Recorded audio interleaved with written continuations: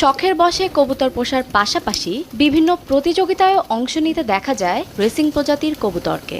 এসব পায়রার দাম তুলনামূলক বেশি হলেও এবার বেলজিয়ামের এক নিলামে অবিশ্বাস্য দামে বিক্রি হলো একটি কবুতর, যার মূল্য শুনলে চোখ কপালে উঠবে যে কারো। নিউকিম নামের স্ত্রী প্রজাতির এ কবুতরটির দাম উঠেছিল 16 লাখ ইউরো, যা বাংলাদেশি মুদ্রায় প্রায় 16 কোটি টাকা। 2 বছর বয়সী অসাধারণ এ কবুতরটি কিনে নেন চীনের এক ধনাঢ্য ব্যবসায়ী। নিলামকারী প্রতিষ্ঠান পিপার প্রধান নির্বাহী কর্মকর্তা জানান, সন্তান জন্মদানের সক্ষমতার জন্য পুরুষ কবুতরের চেয়ে নারী কবুতরের দাম সাধারণত বেশি হয়ে থাকে।